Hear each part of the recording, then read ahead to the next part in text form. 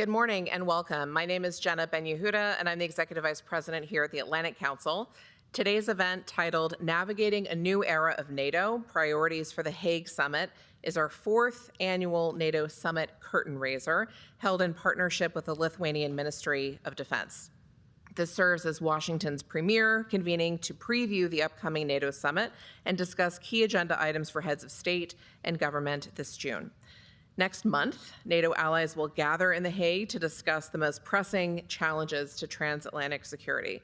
But as war continues to wage in Europe, tensions remain high in the Middle East, and rising aggression in the Indo-Pacific region goes unchecked, the alliance is also staring down a truly volatile global security environment. And at this critical moment, the alliance finds itself in uncertain waters as questions linger over the nature of America's future support and commitment to European security. Alliance unity is the linchpin to transatlantic security and remains the single most important issue that allies and partners will grapple with at this year's summit. The Atlantic Council, throughout its history, has always believed that the transatlantic alliance is an alliance of common interests and values. It is a cornerstone of U.S. global leadership that offers immense economic, political, and security benefits to allied governments and citizens on both sides of the Atlantic. The Hague Summit provides a unique opportunity for the United States to continue pushing towards a better resourced, equipped, and agile alliance that can confront threats to the U.S. and allied interests. And to this end, defense spending and defense industry issues are certainly going to take center stage next month. NATO Secretary General Mark Rutte has announced that allies will discuss a new defense spending pledge, and European and Canadian allies are already ramping up their defense spending in unprecedented strides, not least of which is the European Union unlocking hundreds of billions of dollars of security investments. And the United States and Europe share a goal to revitalize transatlantic defense industrial bases that for too long have sat idle. To put it mildly, there's an awful lot at stake, not just for the alliance itself, but for transatlantic security as a whole. So this event is part of our broader campaign of analysis and programming in the lead up to the summit just next month. And so I encourage all of you to stay tuned for even more from us over the coming weeks. Convenings on topics such as this one are integral to the Scowcroft Center's mission of developing sustainable, nonpartisan strategies to address the world's most important security challenges facing the United States and the world. The center honors General Brent Scowcroft's legacy of service and embodies his ethos of nonpartisan commitment to the cause of security, support for U.S. leadership and cooperation with allies and partners, and dedication to the mentorship of the next generation of leaders. The Atlantic Council truly appreciates the support of the Lithuanian Ministry of Defense, our partners in today's conference, for their longstanding support of the Atlantic Council. We're shaping the global future together with allies and partners, and nowhere is our mission more important than in conversations like this one. So throughout today's discussion, there will be time to ask questions in person or virtually. You can go to askac.org. And we encourage you to ask questions or join the conversation online using the hashtag #StrongerWithAllies. Thank you for joining, and I'll quickly move to introduce our distinguished speakers. I'm very pleased to introduce, joining us virtually, Lithuania's Minister of Defense, Dovilė Šakalienė, who is here online. I see you now. Welcome, Madam Minister. And additionally, good morning. We're pleased to welcome Congressman Mike Turner of Ohio's 10th Congressional District. Congressman Turner, of course, serves as the head of the delegation for the United States to the NATO Parliamentary Assembly and will be welcoming the Assembly to Dayton later this month. Congressman Turner, thank you so much for being here with us. And last but not least, our very own Matt Kranig, Vice President and Senior Director of the Scowcroft Center for Strategy and Security at the Council, here to moderate today's fireside chat. So Congressman Turner, Minister Šakalienė, and Matt, Dr. Matt, thanks for being here, and welcome. Over to you. Great. Well, thank you very much, Jenna, for the introductions, and to Minister Šakalienė for joining us remotely, and Congressman Turner, thanks again for being here with us today. As Jenna said, all of you watching online and in the audience, be thinking of your questions. We'll come to you later, and you can ask us questions via askac.org. But let us dive right in, and Minister Shakaline, maybe we'll start with you. We're billing this event as a curtain raiser to the NATO summit, so let's start to peek behind the curtain. We're undergoing a period of change, leading to increased uncertainty. What impact does this have on transatlantic security? What are your expectations and hopes for the summit, both in terms of atmospherics, but also in terms of concrete deliverables? Will there be a new defense spending pledge, for example? So, Minister Shakaline, welcome again, and over to you. It's really an honor and a pleasure to be here. So, hello again, Mr. Kronig, dear Matt. It's really a pleasure to be in this conversation. And Congressman Turner, United States support, even during these difficult times and complicated narratives, I think is very steady for one thing that is the most important to all of us: defending our freedom and standing very firm our ground when we're being threatened. So that's, I think, the main goal of the coming Hague Summit and of the coming year, to ensure that we stand our ground, whatever happens and whoever and however threatens us. And there are certain discussions about how our dysfunctional family will function further. But I think what is the most important is that we are a family, and that we will need to find a way to work together despite new challenges arising all the time. In my opinion, during the next months and during the summit, the main messages are definitely what you already mentioned, defense spending, and the pledge needs to be very clear. It's 5%. We actually announced our 5%, well, between 5 and 6% GDP since next year. Now we have 4%, not because we liked the number 5%, but because when we made a very elaborate shopping list, what we need to have for our division to be developed not in 15 years, but in 5 years, that's exactly the number we've got based on the size of our economy and of the rate of our GDP growth. So defense pledge needs to be 5%, and it really needs to happen very soon. And for some countries, we understand it may be more difficult, probably not so much financially as politically, to make sure that their citizens understand what difficult time we're living in, and that if even the smallest piece of border is breached of a NATO bloc, then that means that all the economy, all the financial markets, everything is going to plummet. And that is the important message that is not easy to deliver. It's quite an inconvenient message, especially in regions that are facing certain troubles that maybe we have not been understanding enough in the northern or western part of the European NATO bloc. I mean, central and sovereign states of the NATO Europe. So therefore, another challenge is unity. And unity both in Europe and unity regarding transatlantic link. So we have been probably standing on our toes for the last few months. And on one hand, it has been stressful, to put it mildly. But on the other hand, from the side of Lithuania, and also probably all of our club of hardliners, as we call ourselves, countries that are close to Russia and Belarus, countries who understand what does it mean to be occupied, to be basically annihilated by Russia, then for us, this very strict and maybe even categoric requirements by the White House, we support them. We feel that they are justified and they are helping our case.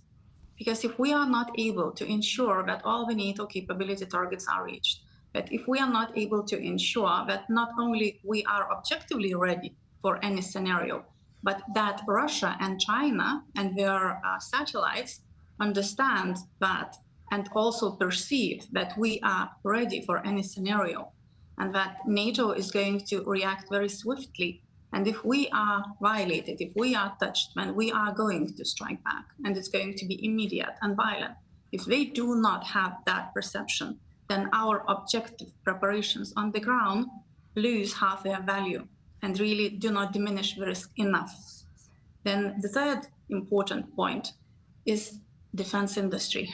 I sometimes feel like a broken record because for the past 3 years, I've been repeating over and over again that long-term defense contracts, long-term governmental defense contracts is the key to success of our deterrence if we do not want it to transition to defense. And therefore, we also do quite a lot in Lithuania to develop our defense industry, to work on industrial cooperation. We have quite a diverse acquisitions package, 20% from United States, but 80% from many countries in Europe, like from Germany, France, Norway, Poland, Sweden, Finland, and etc. But the most important thing is that we have to treat defense industry not as a suspicious or risky business, but we have to treat defense industry as the best friend, as someone who is our best ally, because you cannot fight with ideals, right? I think your own defense secretary said that you cannot shoot ideals. You actually need bullets. You need ammo. And since we all remember how last year, in my opinion, we went through a very shameful period when Europe was scrambling to find 1 million ammunition rounds for Ukraine. Like, it shouldn't be a challenge for Europe with the size of our population, with the size of our economies, where even a small part of European Union, just several countries close to Russia, have bigger GDP than Russia, just the smallest ones of us, then this shouldn't happen. So therefore, what I think is also very important for us to ensure that we do not exclude each other, but even though we need to strengthen European defense industry, we need to strengthen our defense funding and do it quite quickly, well, very fast actually, but we do not need to get in quarrels over acquiring production from United States defense industry, and Lithuania is going to continue to advocate for that too.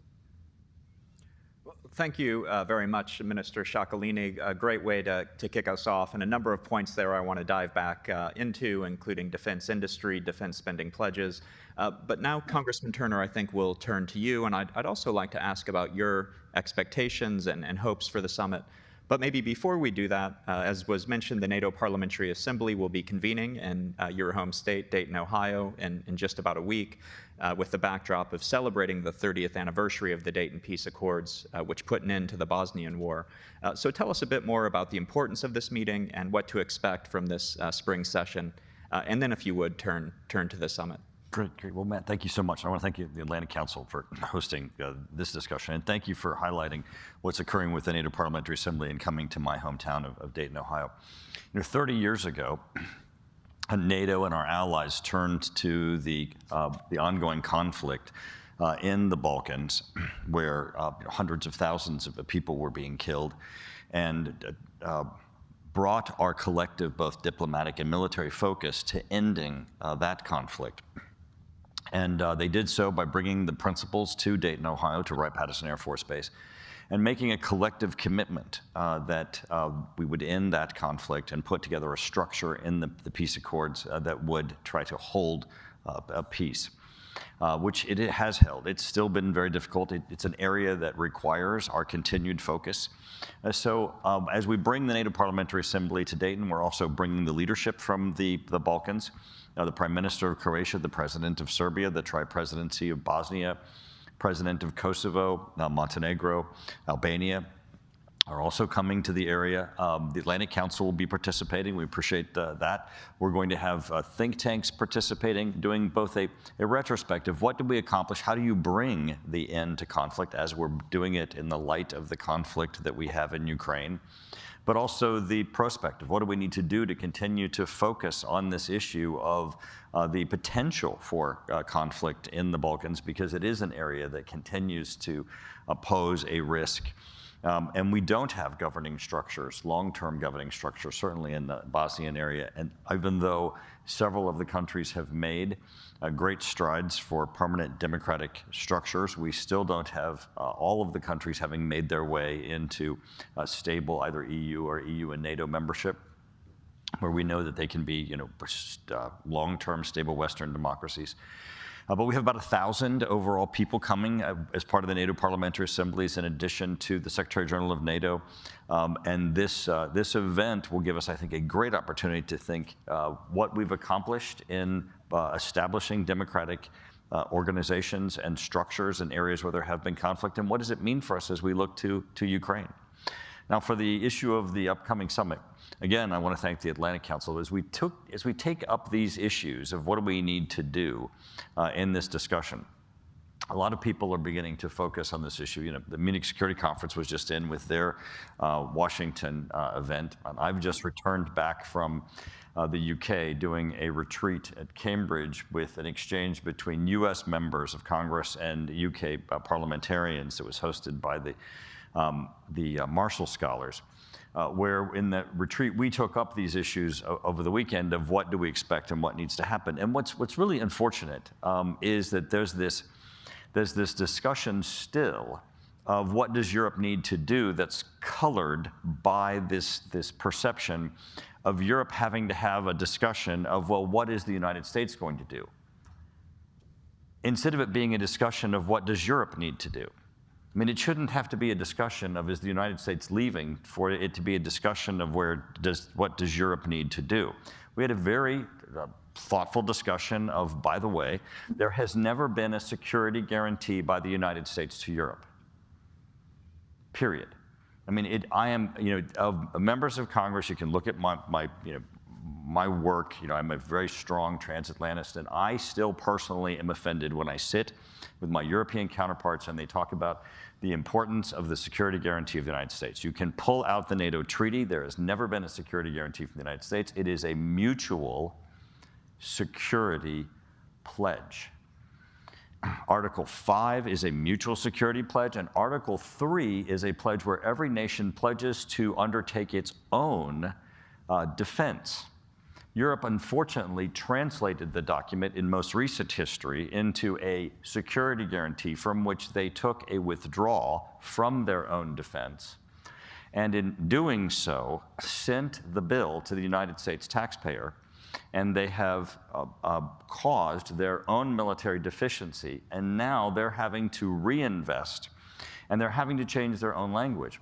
They're having to say, well, what is the justification to their own political electorate as to why they should have a military defense? Well, they should have their own military defense because it's the right thing to do, and it's also the obligations that they have had. And now what percentage is it going to require them to do that? Because they have to backfill, because Germany doesn't have ground forces. The UK doesn't have an air force. What is it going to take to accomplish that? Probably 5%, including, as the minister was saying, the issue of the infrastructure itself, the ability for an industrial base.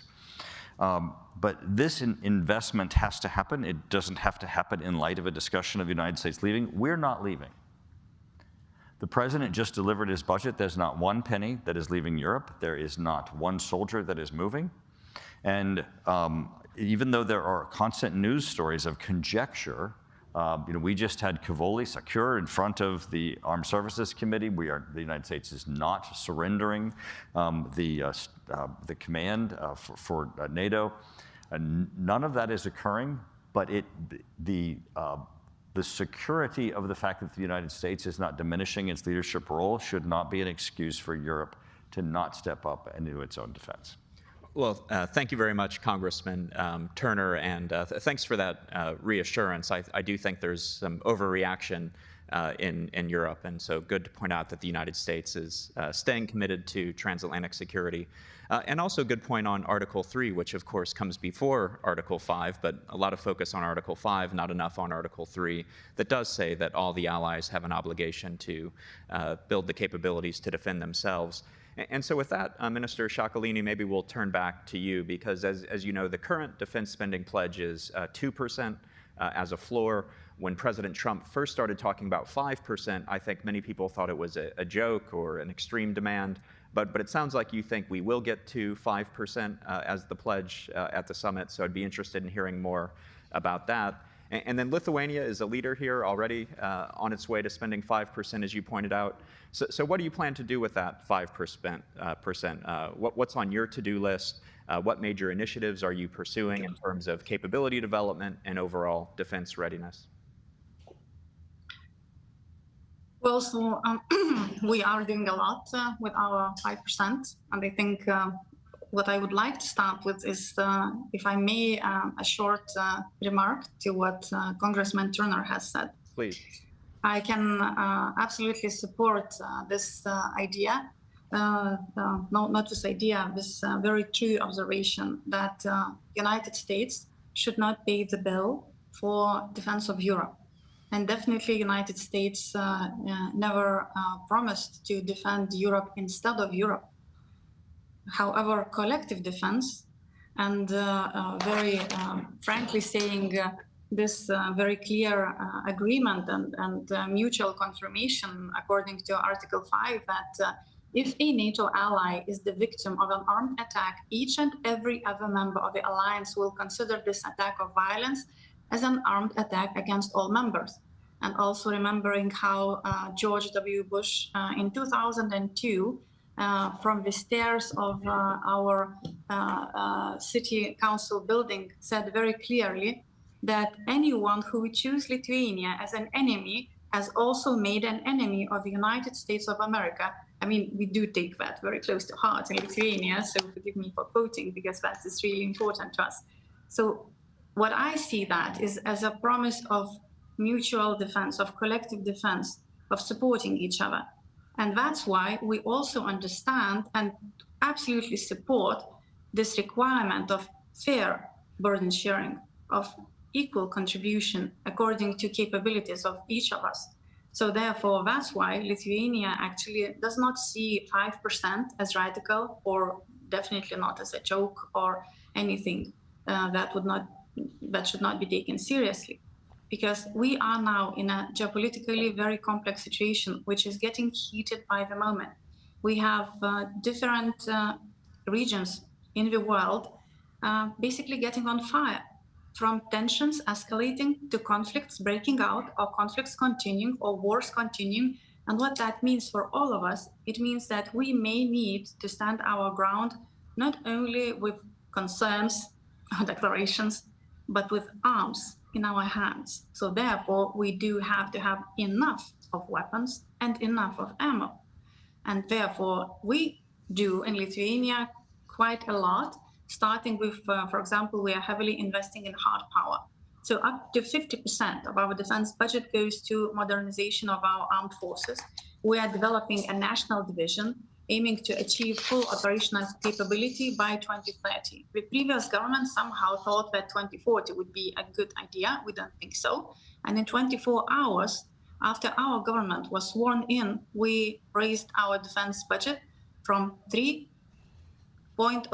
GDP to 4%. We believe that needs to be done as soon as possible. So therefore, we are also fortifying our borders, which are also external borders of NATO, and we're working together with Baltic states and Poland, and we're really in close cooperation with Finland. We all understand that, for example, connection of Baltic defense line, which is the border of all of the 3 Baltic states, with the East Shield, which is Poland's counter-mobility and border fortification projects. This is something that also is supposed to be seen very serious contribution to our joint security by all our European allies. Also, we have left last year Oslo Convention, cluster munition banning convention. And this year, we are leaving the Ottawa Convention. We just made the final vote in the parliament and we left it. So now just the procedural, certain procedures are to be followed. Our president will sign it. We will send it to United Nations Secretary General, and we will undergo the rest of administrative procedures. But anti-personnel mines banning convention is off the table. We are sending a very clear message. We are going to take every single measure for our defense that is available. And as I said before, if it's not available, we will make it available because we have to do that for our citizens. And then one more thing that we're doing is also total defense approach. we are working with all our citizens. We're working with every different social group, from schools to doctors to our internal security services and etc. Everyone has to know their place specifically. Everyone has to be prepared, and resilience of society and ability to function during crisis and all the necessary systems are to be put in force as soon as possible. Also, defense industry.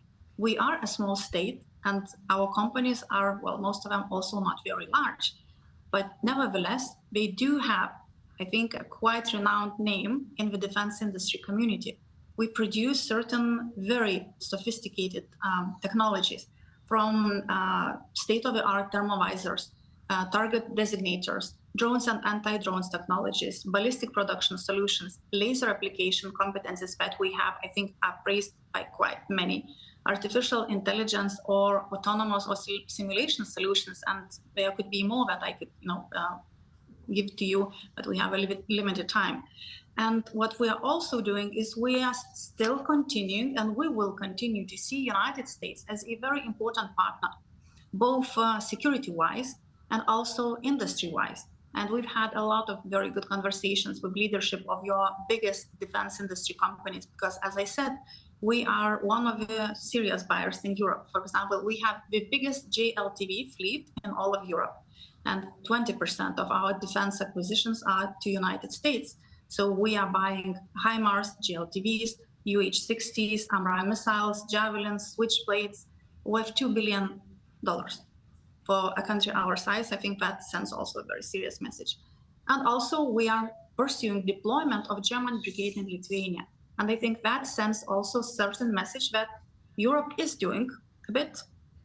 And Germany is really contributing, I think, quite more than it was expected of it, especially a few years ago. So full-scale brigade with serious enablers, with all the resources necessary for this brigade, is deployed piece by piece in Lithuania and should be fully deployed by the end of 2027. So on our side, we want to say that we are doing, I think, a lot. We are also pressuring, well, of course, we are talking nicely, but also probably a little bit pressuring all others to do more and to do it fast. Because what we also need to do is to ensure that American society, that United States people feel that we do need them, but we do not want to exploit them. We do not want to abuse our relationship. And we definitely need that, because, saying very frankly, if we have a decrease of United States troops in Europe, that would send a very wrong message to Russia and China both, because that would show that maybe there is complication in the relationship of United States and Europe. And having in mind that United States do need Europe because of rising tensions with China over the Taiwan Strait, and Europe is the most stable and rich region in the world, and therefore our partnership is necessary for both of us, then I think that we do have a very clear motivation for us to work together. Well, an extensive to-do list, to be sure, and you were very clear that you do think that 5% is a realistic target. Congressman Turner, is 5% a realistic target for the United States? I think we're currently at about 3.5% spending on defense, and so what more should the United States be doing? And then to bring in a topic we haven't discussed yet, the war in Ukraine, of course, has been an important theme at the past several NATO summits. The administration is trying to negotiate an end to the war. Do you expect that we'll have any major announcements on Ukraine at the summit? Right. I think the United States could absolutely get to 5%. There are areas in which we are underinvesting, both in capabilities and in our own infrastructure that we have allowed to decay. There are areas in which we have not stepped up to the plate to just do basic maintenance and modernization of equipment that we have where we could reinvest. Similarly, as the minister was saying, our own infrastructure for just general production is not where it needs to be. So there are areas where we could similarly invest. I think it's very important for us to focus on the 5%, as Donald Trump has has indicated that he would like to go. I do think that as there's deliberations, it's going to be very difficult as they go into the deliberations of NATO to achieve that, with some of the nations being so far behind on the 2%. This may be a process to ultimately get people to the 5%. As they deliberate in this particular summit, but I think it is a goal that is going to have to be achieved because of so much that needs to be done by Europe because of their disinvestment, because of their failure to recognize their own defense that they have to invest. And I think that's why he has set that number at 5%. I don't think it's so arbitrary. I think he's actually looked at what is going to be necessary for them to be able to realize that Article 3 obligation of defending themselves. I mean, can you imagine if the UK, Germany actually had militaries that could defend their own nations and then entered together with us, that we wouldn't have these conversations about Russia being a threat to Europe. Russia would look over at Europe and say, well, no, we're not, that's not a neighborhood we're not going to be going into. If it was just that they had to look to, will the U.S. respond, or how will the U.S. respond? We're in the environment that we're in. But the Baltics wouldn't be as at risk if Russia really had to look at all NATO collectively and not just the United States. And so that certainly is, I think, what the 5% calculus is let's make the collective be what it was intended to be, the collective. Ukraine. We had this discussion with our UK counterparts. The goal that Donald Trump has set out of ending this war is incredibly important. The line isn't moving, or if it is moving, it is not moving in a way that is to the benefit of Ukraine. This needs to come to an end. The travesty of this war is heartbreaking. The fact that people in Europe are unfortunately having the conversation of, is the United States leaving, therefore we have to bring this war to an end, is such an echo of, again, the same themes that they're having with respect to, do they have to invest in their own militaries because the United States might be leaving, that it's just, it's ironic. The United States is not leaving. We're not abandoning Ukraine, but this war needs to come to an end. Together, we need to bring it to an end. They have our support, and because they have our support, we need to collectively put pressure on Russia. It's been unfortunate that Zelensky and Ukraine have not come to the table recognizing the need to bring this to an end, and that they have the United States' full support to do so in this process, and that the United States will be putting pressure collectively with the EU and our NATO partners on Russia to bring this to an end. I'm a little disappointed that that Zelensky continues to believe that he can put preconditions on peace negotiations. He did so with the minerals deal, saying that he wanted security guarantees before he'd enter into the minerals deal. He appears to be doing so now before he'll show up to Turkey. Even though Marco Rubio is going to Turkey now today, he says, I'm not going unless Putin goes. I don't quite understand how he is not just fully getting behind the United States in this process, and recognizing that it's in his country's best interest to support the United States. He is not in a position to beginning to dictate preconditions to peace negotiations. The United States supports him. That should be his strength. He doesn't need additional strength through trying to dictate terms for negotiating terms. Let's get to the table, let's negotiate terms, let's find a peace that's stable and that's important for Ukraine. And from that, let's try to find a strong and peaceful, democratic, independent, sovereign Ukraine. Good. Well, thank you. And on Ukraine, Minister Shakalina, I want to bring you in. What do you expect at the summit on Ukraine? Will there be any kind of announcements And then also we have a little bit less than 10 minutes to go, so I want to start bringing in audience questions, and they have been coming in through this online here.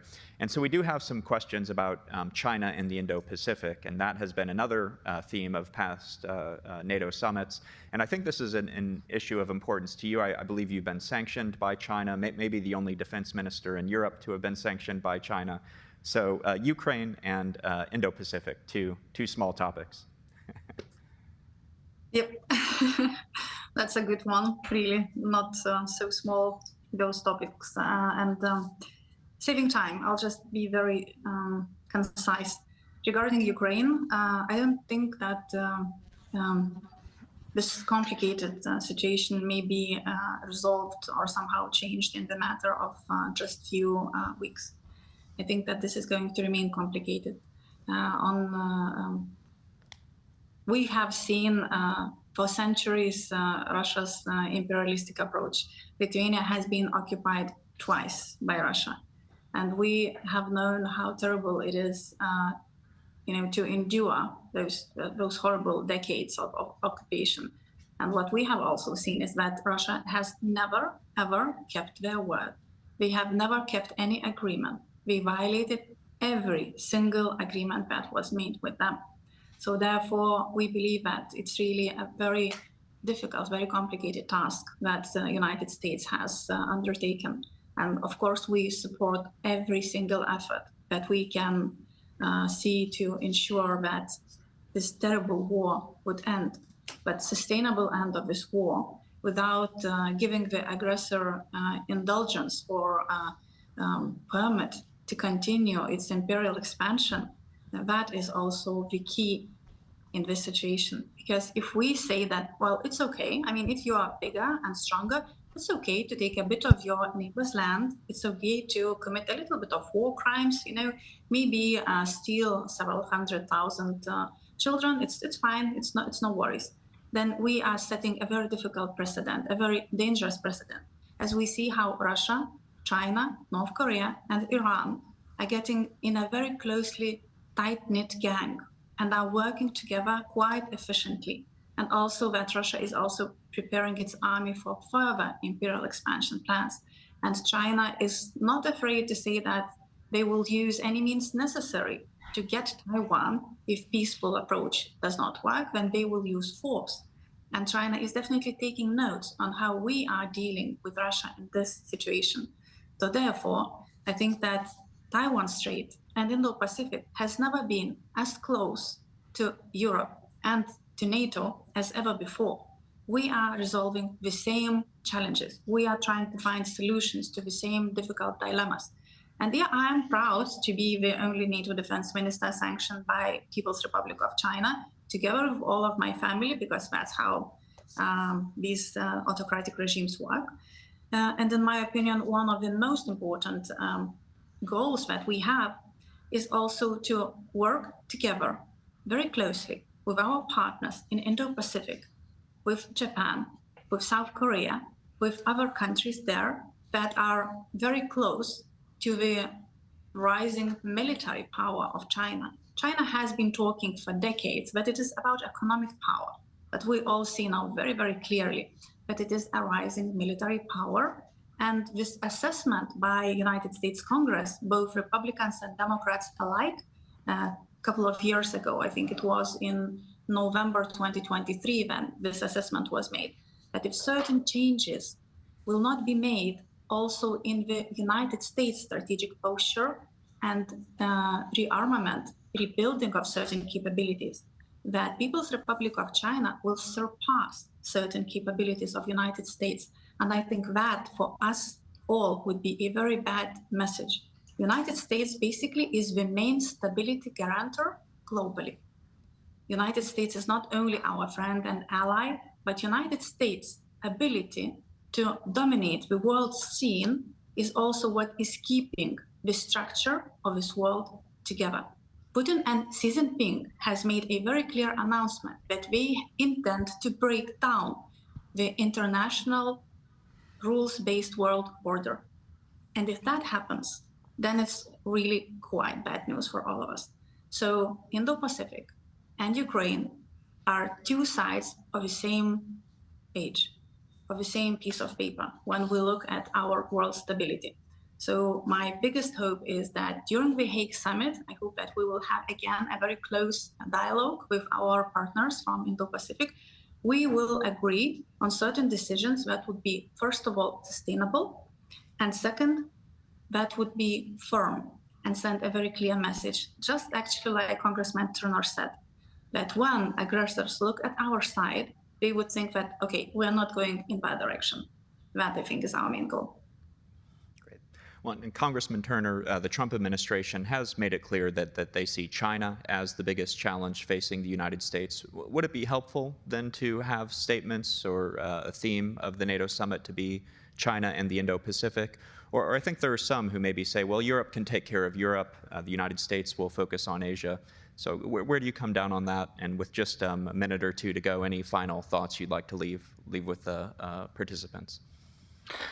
Well, I don't really think you divide the world like that. I mean, I think there are interests everywhere, and we're certainly a part of both of those. I do think, though, that there is a portion of what the minister was saying that we do have to revisit as she was transitioning about the world and coming out of Ukraine. You're not going to come out of the Hague Summit with the United States guaranteeing the territorial integrity of whatever remains of Ukraine in any peace negotiations in a NATO singular guarantee. That is not. It is incredibly unlikely. And she didn't expressly say it, but it dabbled in the language that was being used. And I think it's very dangerous to raise those expectations, to again use words of security guarantee, because that is not the expectation that is going to result in this coming to a conclusion. Now, if you continue to say you can't trust Russia, Russia's history is X, they're doing all these things, they cannot get away from it, and raise the expectation, therefore, that we can't have peace negotiations and that this conflict cannot come to an end, you're going to have continued conflict, and people are going to continue to die on this front line. We have to bring this to an end. It is a travesty. It is. I think the Trump administration's efforts are important, and the fact that we collectively can come together and embrace this opportunity is I think, very, very, very important. And I do think that there can be a security architecture that comes after we come to the conclusion as to what the peace terms are, and that can be a collective security obligation that is evident after the fact. But it cannot be, as Zelensky had requested before, and it cannot be a precondition for these peace negotiations. These peace negotiations have to go forward. We need to come to a conclusion as to what they are, and then from that, collectively, Europe, Ukraine, United States together need to work to what is a security architecture for which we try to hold that peace.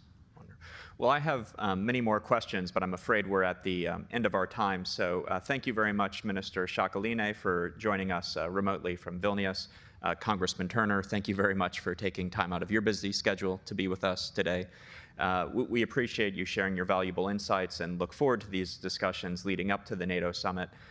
The Atlantic Council is proud to be an institutional partner for the NATO summit, so we will be on the ground at The Hague doing much more work between now and then. And also, as you mentioned, Mr. Congressman, we'll be pleased to be on the ground in Dayton next week for the Parliamentary Assembly. Now we're going to take a 15-minute break before our next panel. Those of you here in person can get coffee, but please be back in 15 minutes for what will be a terrific next panel. So thank you very much.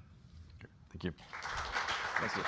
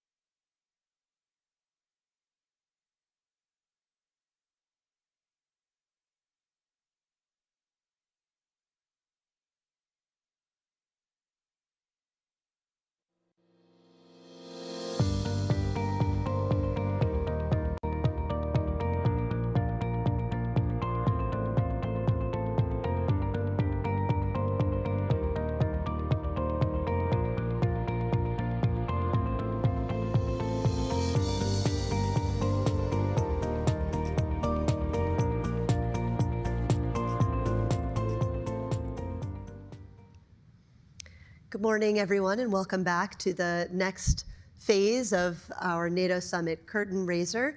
We're very excited to have a distinguished panel here with us today to dive into some of the issues that the Lithuanian Defense Minister and Congressman Turner discussed earlier. I'll just go through a few housekeeping items, introduce our distinguished panelists, and then dive right into the conversation. We have a lot to get through in the next hour, so we'll be prompt. First, just very brief on the housekeeping front. This conversation is, of course, on the record, so you may quote us, tweet us, amplify anything said over social media. And I'll start by having a few questions of our panelists, and then very much welcome questions, comments from the audience, both virtually and in our audience today. So, as I mentioned, a few wonderful, distinguished panelists here to discuss priorities for the Hague Summit, which is happening in a little less than 6 weeks in the Netherlands. So first, to my left, we are joined by Vytautas Urbelis, Defense Policy Director at the Lithuanian Ministry of Defense. I also understand you spent time at the Lithuanian Embassy in the US, so it is a welcome back and welcome to the Atlantic Council's new headquarters. It's great to see you. We also have joining us today Peter Lengel, President and CEO of Safran USA. Peter is responsible for executing Safran's strategic vision among Safran companies and joint ventures operating in the United States, and brings to this discussion critical insights about defense industry and security. Thank you for being here, Peter. Additionally, we are joined by our very own Ian Brzezinski, a senior fellow in the Scowcroft Center. Ian has previously served as Deputy Assistant Secretary of Defense for Europe and NATO policy, among many other distinguished roles. And Ian, it's great to have a U.S. perspective, kind of honing in on what the administration will bring to this upcoming summit. Although, of course, we know you speak in your own capacity. And last but not least, we have Magnus Nordeman joining us as his role as a non-resident senior fellow with the Forward Defense Team at the Atlantic Council. But Magnus, in his day job, currently serves at Chaos Industries at their head of international business development, and has extensive experience across the defense industry and transatlantic security think tank world, including, if I'm not mistaken, 13 years at the Atlantic Council? All right, so Magnus knows where all the bodies are buried here, so thank you for coming back and joining us today, Magnus. So, as I mentioned, we'll dive more into the topics that the minister and congressman discussed earlier. This is a conversation around priorities for the NATO summit, and also how the United States, alongside its NATO allies, can make this summit a success in advancing key and critical issues that the alliance needs to make progress on, whether that be on defense spending, defense industrial progress, or its relationship with Ukraine. Vytautas, I want to turn to you for the first question. I think this administration is coming to The Hague with almost a singular focus on 5% defense spending, or as I call it, the drive to 5. In that, there is a lot that the alliance needs to do and has needed to do for a number of years on increasing defense spending. But the question I have, if you could elaborate on what the minister was saying earlier, Lithuania is a model ally in many ways, announcing that it will reach 5% defense spending by the end of the year. Many other NATO allies are not close to that, just recently announcing that they'll reach 2% by the end of the year, if that. So what is your perspective from the Lithuanian view, but also from the European point of view, about how we can use this new threshold, a potentially new defense investment pledge, to ramp up spending, but also maintain allied unity in doing so? I mean, unity is such a core part of deterrence that it's easy to lose sight of that, but really important that we don't. So would welcome your thoughts on that. Thank you for having me here, and of course for excellent partnership we have with Atlantic Council, which lasts already for many, many years, and I hope we'll continue working together for benefit of all of us. Well, on summit, I always say we are two summits happening in Hague at the same time. One is public show, where all leaders gather and everyone is taking pictures, where some speeches, public speeches, and everyone is entertaining by what's happening, who talks to whom, who sits where, and who talks by use mobile phone or anything like that. So that's for public consumptions. And for public consumption, it's usually one or two major things that are important. And probably the only one which will be coming from Hague Summit is NATO defense spending and the signal about transatlantic unity. These are two key components of the summit.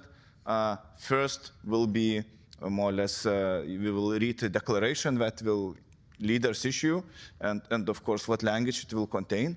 And second is on defense spending, as you say, 5% benchmark, and when we are going to achieve it. And there's probably three major questions that all Europeans and Canada will have to answer. First of all, how we do it. How we do it. And we're three ways, and Lithuanian example is probably applies to two countries in Europe, how we can do it. First, raise taxes. That's what we did. If you go to buy fuel in Lithuania, basically some percentage goes directly to defense. So that's one.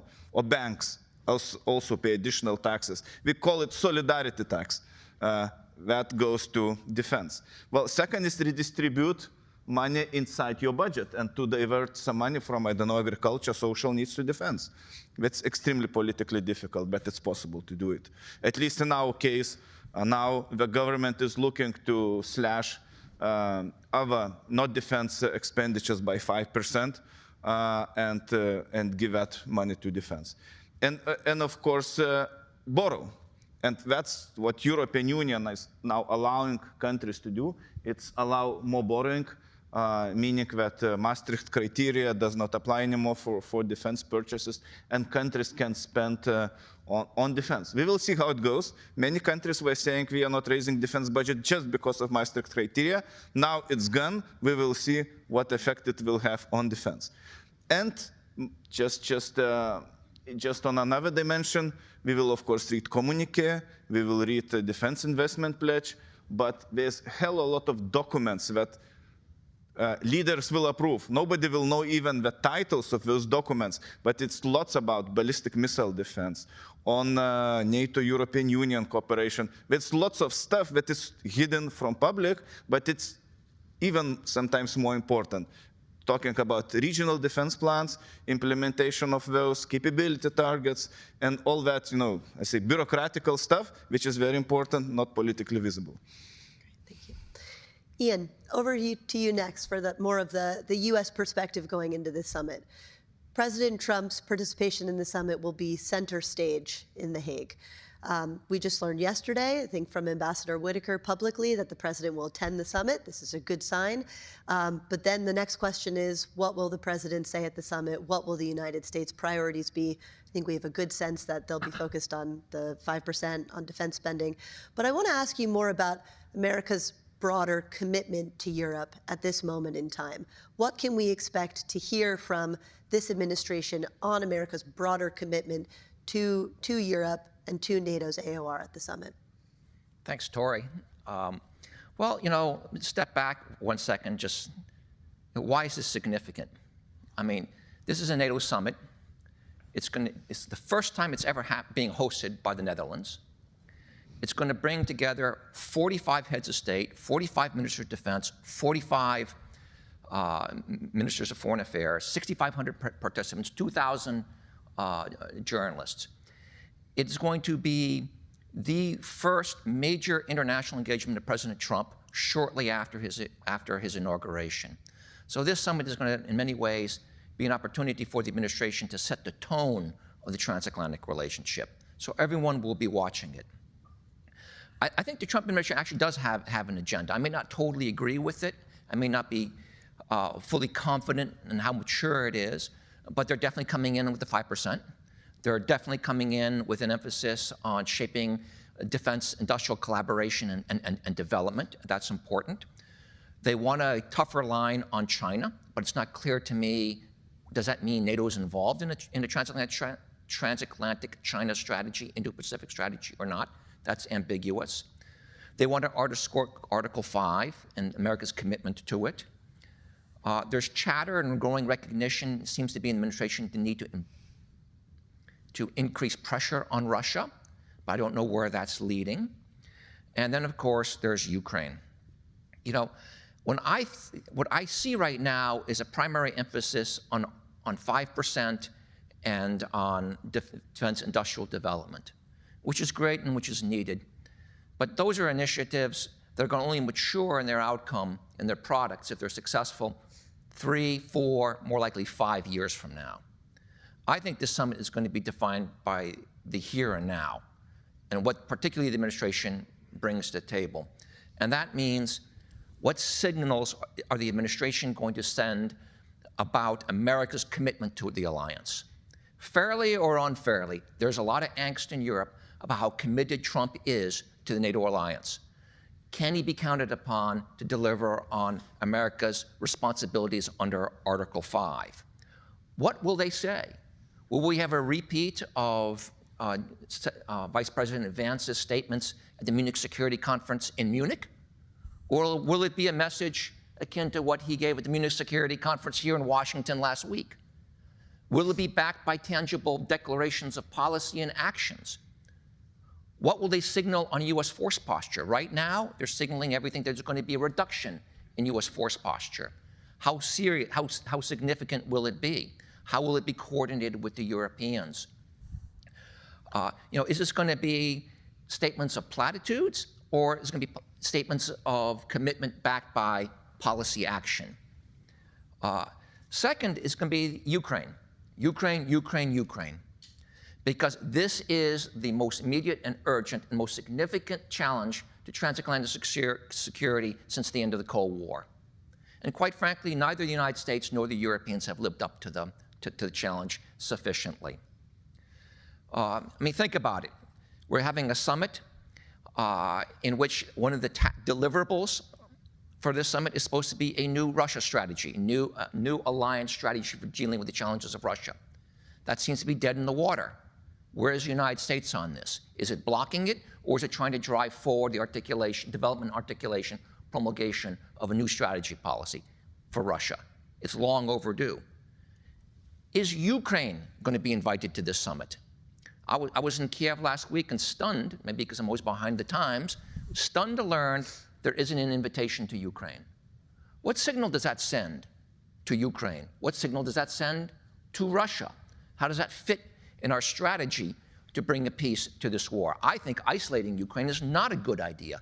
I think talking about Ukraine without Ukraine at the table is a bad idea. But there are other questions. Will this be a moment when the alliance together, Europeans, Canadians, and Americans, stand up and actually start leveraging the massive overmatching power we have over Russia, militarily, economically, to bring this war to a just end on our terms? If the United States is balking on this, will the Europeans demonstrate strategic parity and act on their own? These are the questions that are going to define, basically, not only the state of the alliance, but its future. So it's really, what does America signal about its commitment to Europe? And to what degree will this summit demonstrate that the alliance is now beginning to really act forcefully, leveraging its advantages to bring this invasion of Ukraine to an end that is just and an end that most effectively reinforces transatlantic security, ultimately fosters Ukraine's integration into the transatlantic community. Ian, if I could kind of push you on the second piece on Ukraine, because I do think, just looking at the last 2-3 summits, especially since Russia's full-scale invasion of Ukraine, the summit's success has been mostly and in part defined by what the alliance is able to do for Ukraine. And in some ways, we didn't always meet the mark at the last few summits, as you indicated. But it does get back to this unity component, which I think is the most important thing we need to come out of the summit with, an underlying sense of alliance unity undergirding deterrence and defense. So what are creative solutions, ideas that you think in this environment, the alliance, Secretary General Rutte, Europeans can advance at the summit to strengthen that relationship with Ukraine? And again, in the past, it's been on very measurable institutions like the JTEC or NSATU, the mission or operation, NATO's mission or operation for Ukraine. But what is it this year that the alliance can really offer to Ukraine, or that Europeans can offer to Ukraine, that doesn't kind of feed at the cracks of allied unity? Look, we have to step back and recognize that when it comes down to the balance of power between Russia and NATO, NATO's got unmatched advantages. I mean, $55 trillion in GDP to two, $1.5 trillion in defense to $200 billion in defense, a world of alliances and partnerships, ideological advantages. I mean, to me, it's amazing the alliance hasn't leveraged that power to crush this invasion or to enable the Ukrainians to crush this invasion.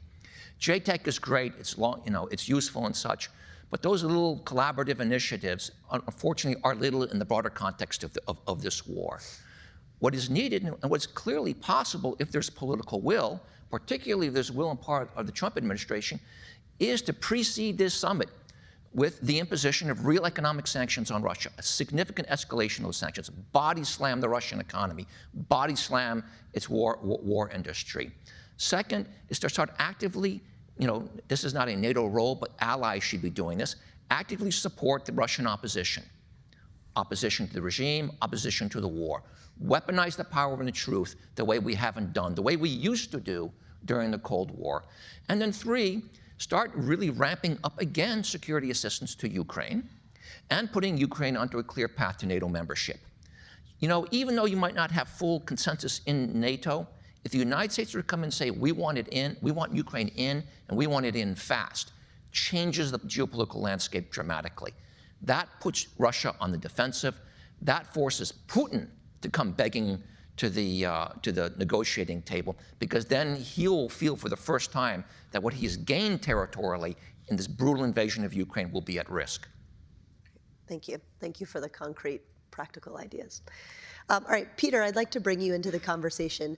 As the minister and congressman discussed in the earlier conversation, defense industrial production is a key element, a major deliverable that NATO needs to advance at this summit and moving forward. We've seen at the last few summits there have been defense industrial base pledges, defense production action plans, but I'm going to do something dangerous here, which is at a NATO convening, also bring in the EU to the conversation. And we have heard recently, we've seen strides from the EU as a kind of new evolving security and defense entity, efforts to incentivize pretty significant amounts of defense spending across national capitals in Europe. But from the perspective of a defense industry firm, European, but also a US subsidiary that has a truly integrated supply chain, I mean, how does Europe take this moment of defense spending urgency, but work with industry, and I think the minister used the term as government's best friend. How do NATO governments work with industry to create meaningful capability, production, and development, given that we have seen this focus over the last few years, but we are still being met with the production and capacity challenges to meet our own national defenses, let alone continue supporting Ukraine? I think Ian knows the NATO acquisition process better than anyone in this room, but it is a very difficult process, and it is structured to make sure everyone gets a bite at the apple. That's not going to work if we're going to create the capabilities, and that it needs to be a capabilities focus to make this happen. Something that's underreported or underappreciated is the industrial base itself from a standpoint of cost. Energy costs in Europe are 4 to 5 times what they are here in the United States. If we are going to do transatlantic defense cooperation and build stockpiles, building on both transatlantic co-production needs to happen, and it needs to happen with what one of our French colleagues calls the best athletes. Quit picking sides and quit trying to make it a level playing field, because war is not a level playing field. Get the capabilities, move towards those agreements, and start building the coalitions and consortia that'll make that happen between industry and governments, because those two have very different motivations, I would say. One's focused on revenue, the other one's focused on policies. And policy is not going to get us there alone, nor will a search for cash. And so, Peter, I think as we were discussing before, I mean, you have personal experience fighting alongside NATO allies in NATO operations in the Balkans. when I look at this moment, kind of this moment for reimagining European defense, I do see a real risk, just for Europeans, not even looking at the US landscape for now, of European spending in a way that leads to a more fragmented defense industry landscape. I mean, you mentioned choosing the best athletes, but I mean, would you agree that there are these inherent risks at this current moment of governments kind of moving in different directions and kind of bolstering their own industries, but with not as much of a focus on NATO standards, interoperability? And if you do agree, what steps can governments and policies take to ensure that we don't end up in a more fragmented environment, at least looking at the European landscape, than we are now? I think that there's been, it's a great question, but I think that there's been decades of European efforts within NATO or external to NATO, what used to be called separable but not separate forces, et cetera, to justify their own spending agendas that were absent the reality of their obligations to NATO. And I think that what has to happen now is the governments have to realize what their true treaty obligations are and then act accordingly. And it's not going to happen easily, and it's not going to happen with, I would say, with meaningless meetings that don't go with action to follow. But money has to be put on the table, and armaments have to be built, and that's the final measure of it. Interoperability is rarely raised, but interoperability in NATO combined arms is absolutely essential. And if we don't build that into the solution set, then we're missing it from the beginning. I also get the sense, looking at what this administration will bring to The Hague, what the U.S. will bring to The Hague, just, a sense that as we look to ramp up defense industrial production as alliance, this production should be truly transatlantic, and that U.S. industry should be included in the solution for doing exactly the type of things that you mentioned. In this environment, that sort of messaging may fall flat among Europeans that are looking to ramp up spending and production, but do so in a way that, if you want to call it, onshores manufacturing or production, or ramps up European capacity. So what would be your message to the administration and how they advance what are truly transatlantic interests and needs, but without having that message kind of fall flat on the ears of Europeans? Well, I think the message from the United States, the United States government, and it's been a bipartisan issue for a long time, is to limit, obviously for ITAR purposes and confidentiality and classified information, is to limit the participation of foreign-owned industries here in the United States, and that's understood. But we've followed that guidance. We saw that coming. And so we instituted and created Saffron Defense and Space, Inc.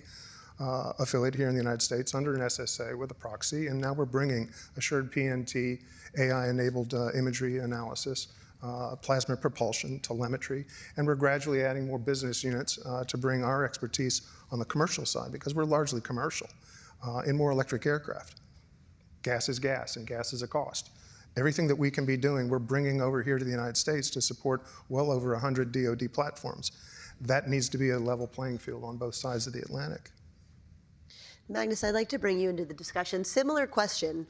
You, of course, now represent more of a U.S. defense industrial startup, so working on this side of the Atlantic, but you're also a NATO transatlantic security expert. So going back to using NATO as a framework, going into the summit, but also moving forward, what steps should NATO as an institution and NATO allies be taking to incentivize or entice industry to ramp up production and capacity?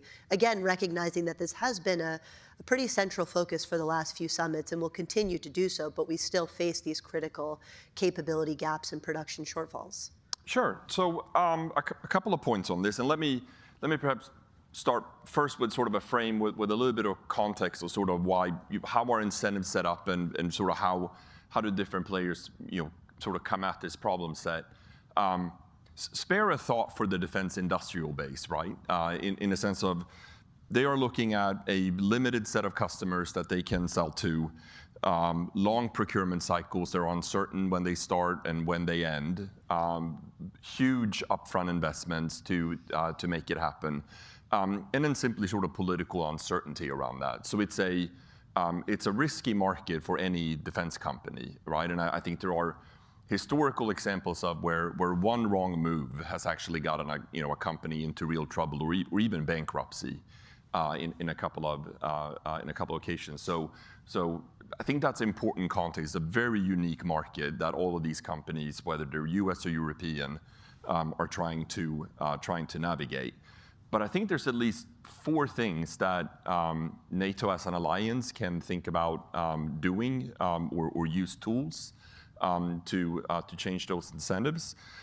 So number 1, long-term certainty around demand, right? Because that will actually enable some of those upfront investments. That will remove some of that political uncertainty that shareholders and boards and so on, tend to care a lot about. So that's an easy one, and I think that's actually been discussed and raised on a number of occasions. Second is actually sort of think differently about defense procurement and defense acquisition. I'm a history guy. One thing we, the U.S., did ahead of World War II was not only procure things, but actually make a requirement for prove your ability to surge capacity. So today we're just buying 100 fighter planes or tanks or what have you, but we might come back and need 4,000. Prove to us now that when we come for the 4,000, you have a plan for surge capacity or you have partners or what have you to get there. So you can actually make that part of your requirement rather than just we're buying the tank or we're buying the radar or what have you. Third, think of the defense industrial base in broader terms, right? We're quite familiar with what it looks like today and who the players are. But again, you go back in history, the big surge in American production was not necessarily defense companies. It was the folks that made the dishwashers and the cars and so on and so forth. They're not going to be the cutting edge designers and inventors of new defense capacities.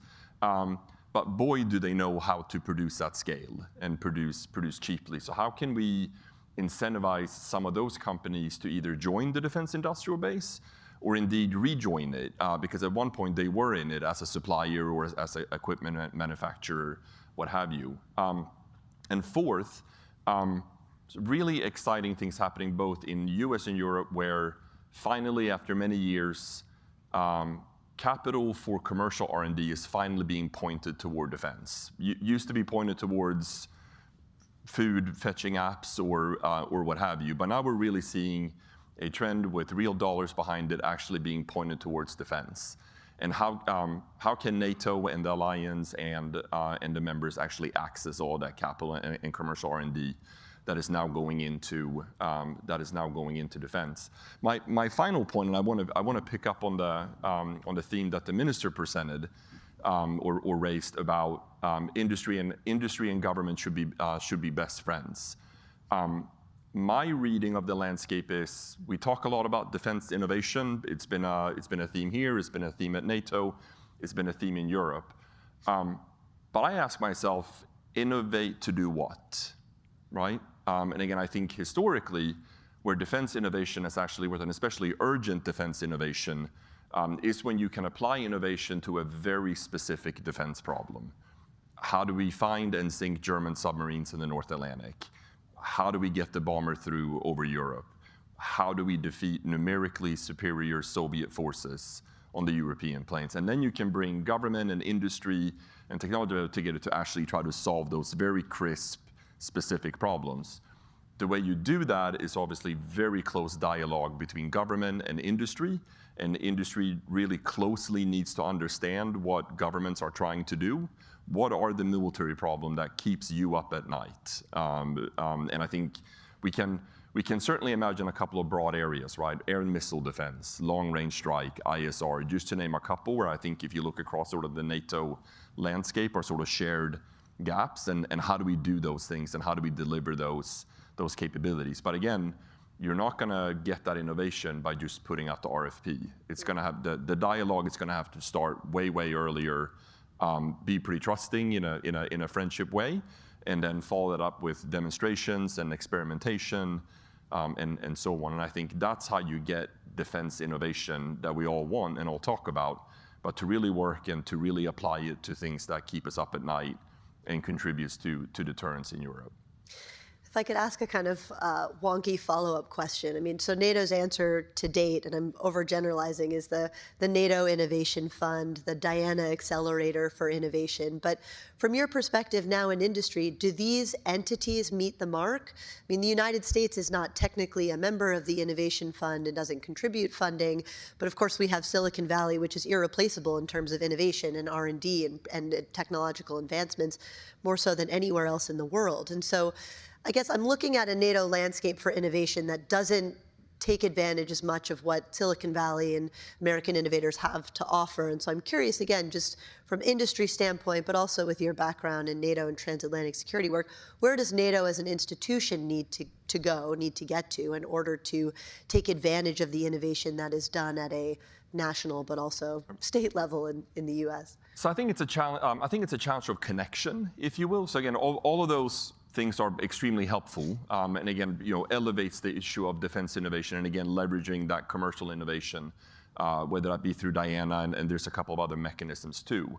But again, from a company perspective, NATO's common procurement is actually relatively small, and your customers will be primarily the member countries, whether that's a Lithuania or a US or a Germany, pick your member. That's going to be your main customers. So how do you connect that good work that's happening at NATO, at the various innovation incubators, and then connect that into a particular demand or a particular need where the money is actually going to get spent? So again, I think it's a first great step, and it's a good start. But you need to get that connection between, on the one hand, the innovators, but then ultimately the bill payer and who's actually going to use this. Thank you. Final question for me, and then we'll go out to the audience for your questions, comments. So be ready, and we'll also take some from our online audience as well. But last question for me to Vaidotas. We heard earlier from the minister, but also the congressman, this broader U.S. focus on China as the pacing threat. I mean, I recall just from my time at DoD, I entered the Pentagon and started working in the Europe and NATO office, thinking I was going to be focused exclusively on how the transatlantic relationship adapts to the challenges from China. 6 months later, Russia invades Ukraine, and our focus is almost entirely on the eastern flank and NATO and on Ukraine.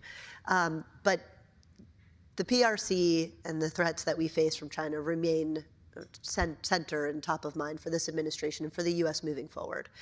As we look toward the summit, do you see any way to make kind of meaningful progress in the communique or otherwise on how the alliance approaches challenges from China in NATO's AOR, but also in the Indo-Pacific? Or do you think from a European standpoint, we are better off moving in the direction of Europeans handling, European security, the United States focusing on the specifics, on the Pacific? Again, probably not the best way to delineate regional theaters that way, but just coming back to China as the pacing threat and how it will be approached at the summit. Well, we might not be interested in China, but China is definitely interested in Europe, and we see that not just on trade relationship, but also on cyber domain, hybrid operations, so all other forms of influence that China can exert on European countries. So that topic will be discussed. Naturally, Ukraine and the Russian strategy will be the main focus of the summit, no question about that. That's major issue that has to be solved, and that's a major threat to European security. I hope that will be recognized as well in communique very clearly who poses that threat, but also emphasizing the connection. I don't think NATO will come up with Indo-Pacific strategy or something like that. It's still individual countries who are doing the work. If we want to, nobody's pushing them, but it's part of our deliberations. We do, some other countries do as well, but Russia and Ukraine must remain, and I guess will remain main focus. And if I can little bit Please. Put a few words on this industrial aspect. I totally agree. My colleagues are totally right. Ways not just money that is involved nowadays in discussion about defense industry, is also deregulation. And European Union at least is trying to do its part in creating more favorable conditions for market. How successful it will be, it's not entirely clear, but will be omnibus bill that would remove some restriction. For instance, one of the strange things we are discussing is use of some chemicals in defense industry. Lead is one of the issues. How we will deal with that, it's important. Also, some other regulations, environmental regulations is especially important. So it's just not money. It's long-term approach, as you say. Contracting nations will do that, but also deregulating the market, allowing more freedom, and letting companies do what they can do best. Tori, can I throw a point in on China? One thing that we'll be watching with the summit, so I'll be watching the summit, is will there be a change in the U.S. approach to the relationship that NATO ought to have with its Indo-Pacific partners? So of course, it has global partners in Japan, Korea, Australia, and New Zealand. These are long-standing. During the Biden administration, there was a very steady effort through the ministerials and through the summits to raise awareness in Europe and recognition in Europe that what happens in Indo-Pacific has immediate impact upon the alliance, and to raise awareness about the challenge that China poses. And Europe has always swung by behind that recognition. It recognizes China as a challenger, if not close to something to an enemy. For me, it'll be interesting, what does the Trump administration signal? Does it signal, yes, we want you to play a role as part of a comprehensive transatlantic strategy for the Indo-Pacific? Or do we want you to just focus on Russia, because when you get involved in the Indo-Pacific, you complicate things? There are signals coming from the administration towards the latter, which I think would be a mistake. I think what they should do is actually NATO should start establishing more of an institutional presence. Yeah. Look, in fact, there are always 7, 8, 9, 10 European countries that participate in RIMPAC off the coast of Hawaii. Why not add a NATO flavor to that? Because what that does, it demonstrates that European allies have military skin in the game, which gives credibility to the economic and political dimensions they can bring to the Indo-Pacific theater on behalf of transatlantic interests. Great point. If Ian got to go, do I get to go too? Yes, you do. We'll be fair across the panel. Let me see if I can bake the sort of the China perspective, or the perspective on China, into sort of the considerations around defense industrial base, or how that gets bolstered. Because I do think that there is a connection, and we talked before about a potential for a splintering defense industrial base. That's not what keeps me up at night, because I do think that a crisis tends to focus the mind, and a lot of other considerations fall away. What keeps me up at night is a defense industrial divorce between Europe and the U.S. Even as I agree that Europe, of course, needs to bolster its own domestic industry and so on. But if you think about that, NATO is really facing a challenge from a Eurasian axis, right, between Russia and China, and to some degree Iran and North Korea. What does that mean in defense industrial terms? I think that potentially means that we have a marriage between Russian natural resources and Chinese production capacity, and two isolated, standalone defense industrial bases, whether that be in Europe or in the United States. There's no way that that those sort of two divorced parties will outproduce or outcompete that sort of Eurasian industrial combination. And again, that is true for us as well. So will the defense industrial relationship evolve between the U.S. and Europe? Absolutely. Europe will do more in Europe. U.S. industry will have to do more partnerships in Europe, look at production in Europe, look at sharing more integration work, and so on. But if both sides sort of allow a defense industrial divorce to proceed, I think we're actually both in trouble, whether we're talking about conflict in Europe or conflict in the Pacific. Good point. Couldn't agree more.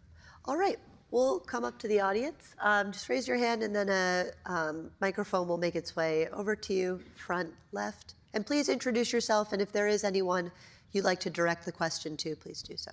Michael Washura, I'm with The Insider. This is mainly for Ian, who laid out a very solid list of steps that could be taken to compel Putin to stop fighting in Ukraine.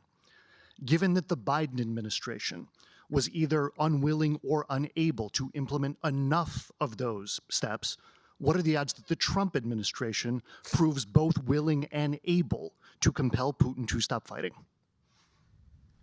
I guess I'm concerned. I'm actually worried that Trump is proving to be weaker than Biden on this issue. And I don't think Biden was sufficiently strong. He didn't use, to use Trump's words, the transatlantic community, Joe Biden's the leader of the transatlantic community at that time, had all the cards, but they didn't play them.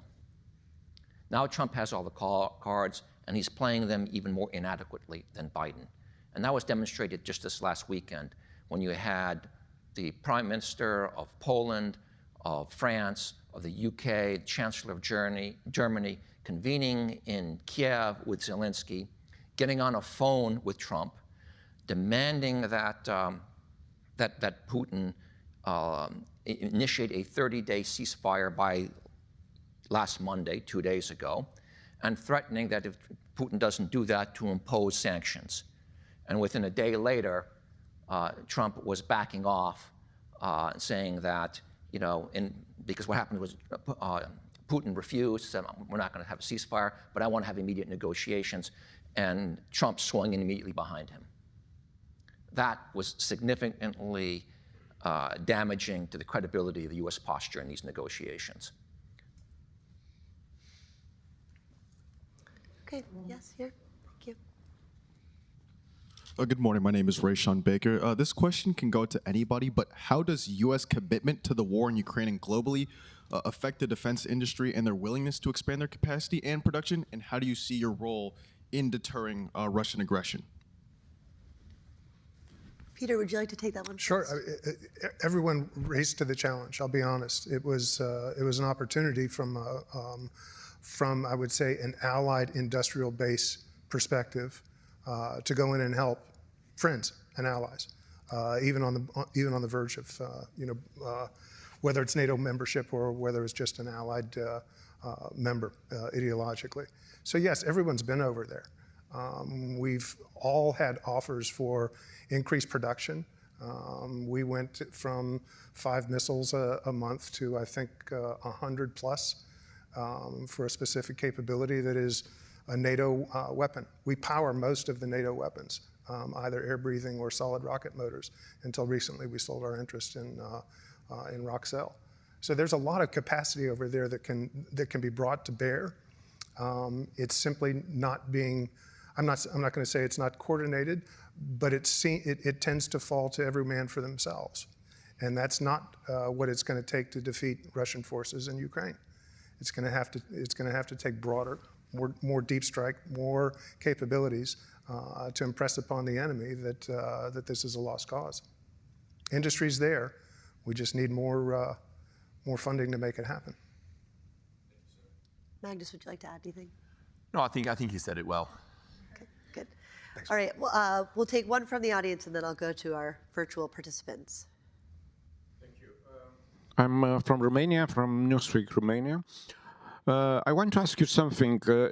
We discussed about the defense spending, but there is another issue.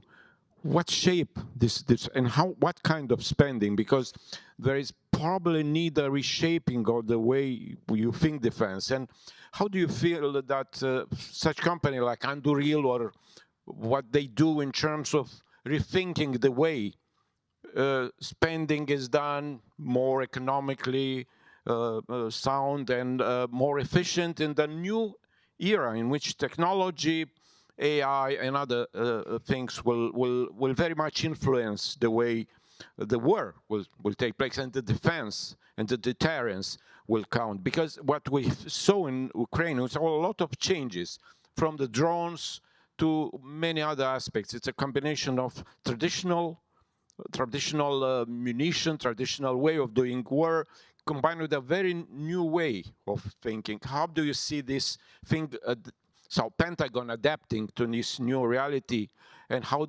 maybe we can make Europe be part of that? Thank you. Well, I can certainly tell you, the Andurils, the Kratos, the General Atomics of the world, everybody that's involved in the CCA effort, they're very serious about that. What remains to be solved is the industrialization at capacity. So there's, we have to bring everything to bear in this. That's why you're seeing, for instance, on advanced air mobility. And advanced air mobility has defense applications, as everyone knows. Again, look at Beta, look at Archer, Joby, all on DIU contracts. But the scale has got to be increased. And that's where we have to leverage traditional COTS, commercial manufacturers. And ones, as Magnus was referring to back in World War II, folks that we wouldn't think of before. I mean, for instance, we do cabins, aircraft cabins, seats, cabins, that type of stuff. But we have large autoclaves from here to the back of that wall that could be making those components for thousands of CCAs. That's what we need to lash into, is what is the capability we're trying to achieve first. And as our new Secretary of the Army said very eloquently, we build an RCV for $3 million and it can be taken out by an $800 drone. That's not a good trade-off. And if one defense prime dies during this period, adapting to the new realities of faster, harder, more lethal, then we will be better off as a nation. Yeah, if I can add, and probably my answer will be very similar if any Romanian expert would talk on that issue, is that war in Ukraine brought us very interesting lessons. And one of the lessons for especially small countries bordering Russia is to have some kind of indigenous capacities, more indigenous capacity than we previously thought. So first of all, it's maintenance and sustainment capabilities that we could repair very easily and do simple things at home, not bring back, because lines of maintenance could be very long, and that's not acceptable. Well, secondly, make some, say simple things as well at home, like drones, surveillance drones, small surveillance drones, or ammo, or that kind of capabilities very fast at big scale and domesticate those capacities. So that's kind of little bit new approach, because usually we're just buying before. And thinking that, okay, we have enough stocks and we could support war fighters. Now it's paradigm is changing, and some things that should be made indigenously, and probably that's where we should work together, how we can do it. If I could just add, one thing that scares me a little bit about the way we're directing our increased spending on defense is there seems to become very much a focus on kind of very high-end systems. IAMD, long-range strike, and such, which are all important. But the problem is we have urgent crises now. We have a war in Ukraine now.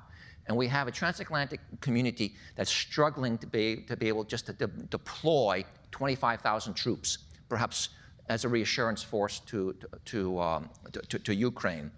Because 25,000, of course, actually means 75,000 when you talk about rotations and training up and such.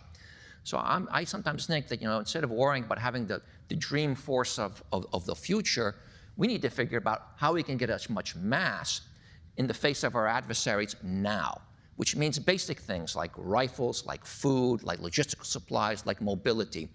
Because it isn't right now the matter of having the perfect force of the future.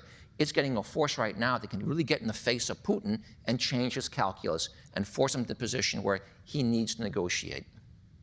Actually, we have a good follow-up question from our online audience, and it's rooted in NATO's regional defense plan. So what are emerging but also urgent requirements right now? So question for you, Vytautas, as we look at kind of the sea change that the alliance has gone through in terms of its own defense planning and the new regional defense plans, I understand at this summit, allies will agree to new capability targets. But if you could paint kind of a broad picture for us of what kinds of capabilities do you think that Europe needs to prioritize in the near term when we talk about ramping up defense industrial production, innovation to meet the pressing challenges of today? What are those categories of capabilities that Europe should be prioritizing alongside industry?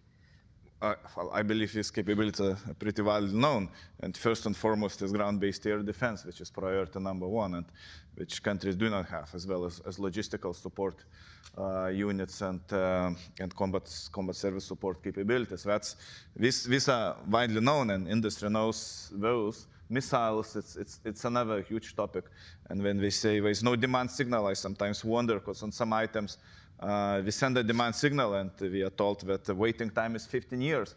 So what else countries can do by sending demand signal when waiting time is so long? It means capacity to buy is here, the issue is that there is nothing to buy, and add defense inflation into that scheme.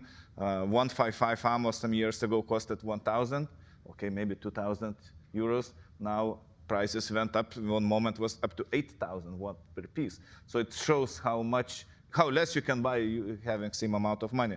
But those are critical capabilities that should affect battlefield. And the question previously was on Russia. It's a very good question.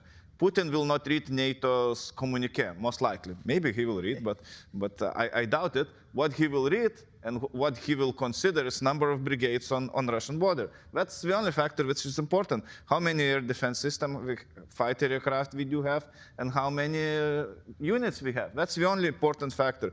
Putin believes on the facts on the ground, not declarations, not some very nice stuff, sometimes very expensive one, which we can present, but his thinking is different, and that's we should reflect.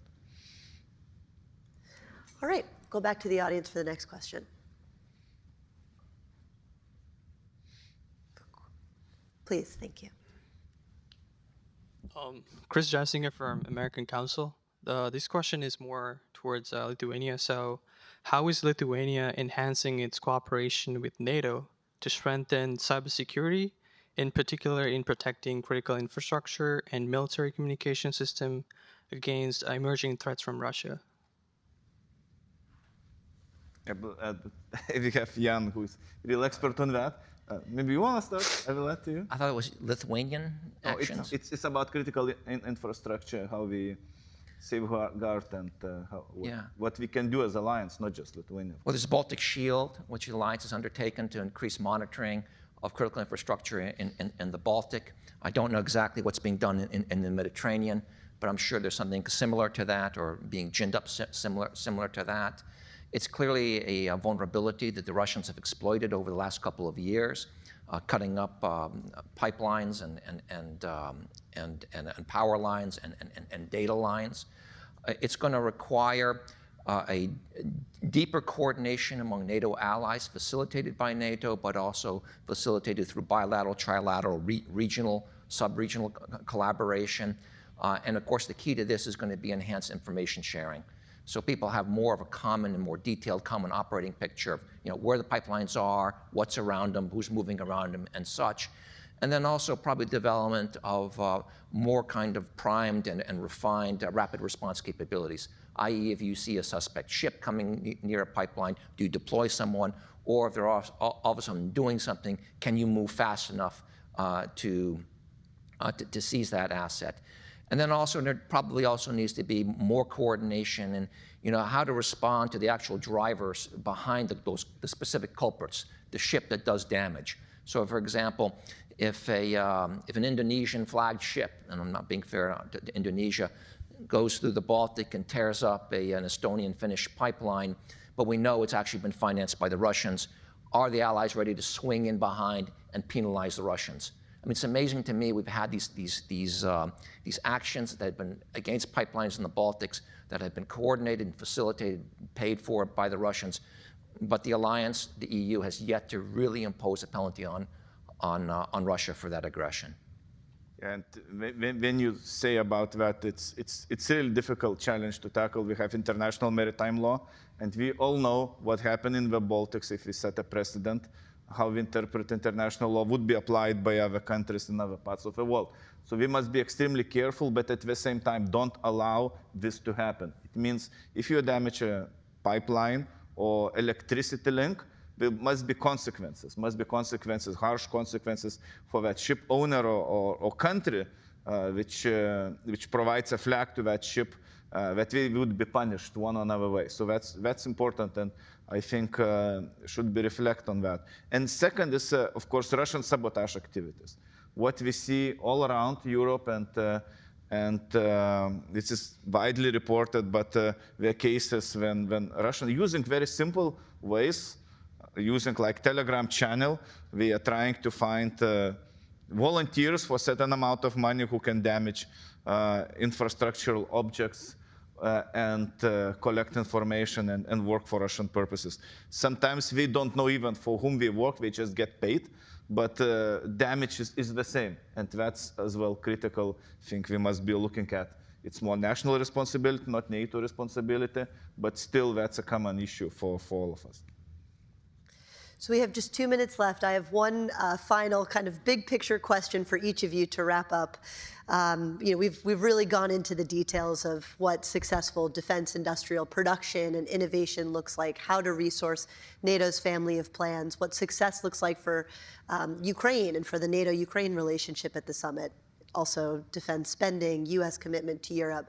My final question to all of you, zooming out, would be, if it were up to you, what message or takeaway would you want President Putin, Xi Jinping to take away from this summit when it comes to allied unity, strength, deterrence, and defense? What should that kind of ultimate message takeaway to transatlantic adversaries and competitors be? I'll start with you, Magnus, and we'll work our way back down. All right. Great question.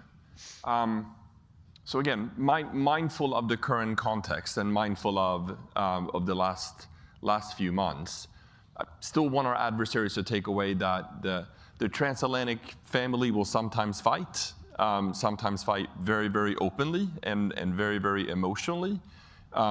But at the end of the day, we do have shared interests, and at the end of the day, we can actually find a way forward to build defense and deterrence in Europe and elsewhere. Okay, thank you. Ian?